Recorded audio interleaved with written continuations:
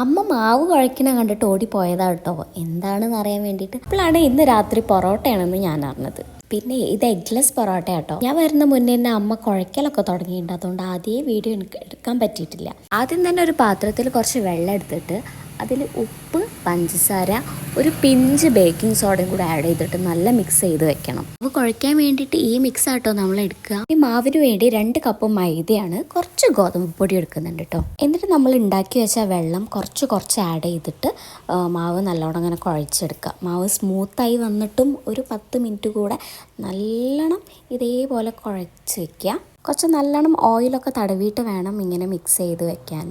എന്നിട്ട് ഇതേപോലെ ചെറിയ ബോൾസ് ആക്കിയിട്ട് വെക്കുക. ഒരു നനഞ്ഞ തുണി ഈ ബോൾസിൻ്റെ മേലെ വെക്കുക. ഒരു 2 മണിക്കൂർ കഴിഞ്ഞ് വന്നിട്ട് നോക്കാം. അപ്പോഴേക്കും ഇത് നല്ല സോഫ്റ്റ് ആയിട്ടുണ്ടാവും കേട്ടോ. പൊറോട്ട ഉണ്ടാക്കുന്ന സമയത്ത് അതിന് ശരിക്കുള്ള ടേസ്റ്റ് വരുന്നത് നമ്മൾ ഡാൽഡൊക്കെ യൂസ് ചെയ്യുമ്പോഴാണ്. പക്ഷേ ഹെൽത്ത് വൈസ് നോക്കുമ്പോൾ അത്ര നല്ലതല്ലെങ്കിലും നമ്മൾ വല്ലപ്പോഴും കഴിക്കുമ്പോൾ കുറച്ചൊക്കെ യൂസ് ചെയ്യാം. അപ്പോൾ ഒരു ഇത്തിരി ഡാൽഡയും വെളിച്ചെണ്ണയും കൂടിയാണ് മിക്സ് ആക്കുന്നത് കേട്ടോ. ഇനി നമ്മൾ പൊറോട്ട അടിക്കാൻ പോവാണ്. പെർഫെക്റ്റ് ഒന്നും അല്ലെങ്കിലും എൻ്റെതായിട്ടുള്ള രീതിയിലുള്ള പൊറോട്ട അടിയാണ്. ഉണ്ടാക്കി വെച്ചിട്ട് ഡാൽഡയും വെളിച്ചെണ്ണയുടെയും മിക്സ് നമ്മൾ ഇപ്പോഴാണ് യൂസ് ചെയ്യുന്നത്, ഇത് പരത്താൻ വേണ്ടിയിട്ട്. ഓക്കെ,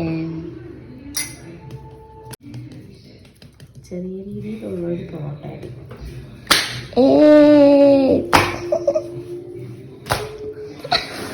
ഇത് ഞങ്ങൾ മാവ് റെഡി ആയില്ലേന്നൊന്ന് ടെസ്റ്റ് ചെയ്തതാണ്. അടുത്തേൽ കാണിച്ചു തരാം. പൊറോട്ട നല്ല വീശി അടിച്ചാലൊക്കെ നല്ല ടേസ്റ്റ് കൂടും, പക്ഷെ അതറിയാത്തവർക്ക് ഉണ്ടാക്കി നോക്കണ്ടേ. അപ്പം നമ്മൾ എന്ത് ചെയ്യും, ഇതേപോലെ നല്ല പരത്തി വലുതാക്കി എടുക്കും. നല്ല നൈസായിട്ട് ആക്കും. അതിൻ്റെ ഇടയിൽ ഈ നമ്മൾ നേരത്തെ ഉണ്ടാക്കി വെച്ച ഡാൽഡ വെളിച്ചെണ്ണ മിക്സും കൂടെ ചേർത്തിട്ട് വേണം ചെയ്യാൻ. അങ്ങനെ നല്ല വീതി കുറച്ച് ഇതേപോലെ റൗണ്ടാക്കിയിട്ട് എടുത്ത് ഇങ്ങനത്തെ ഒരു ഷേപ്പാവും. നല്ല പെർഫെക്റ്റ് ആയിട്ടുണ്ട്.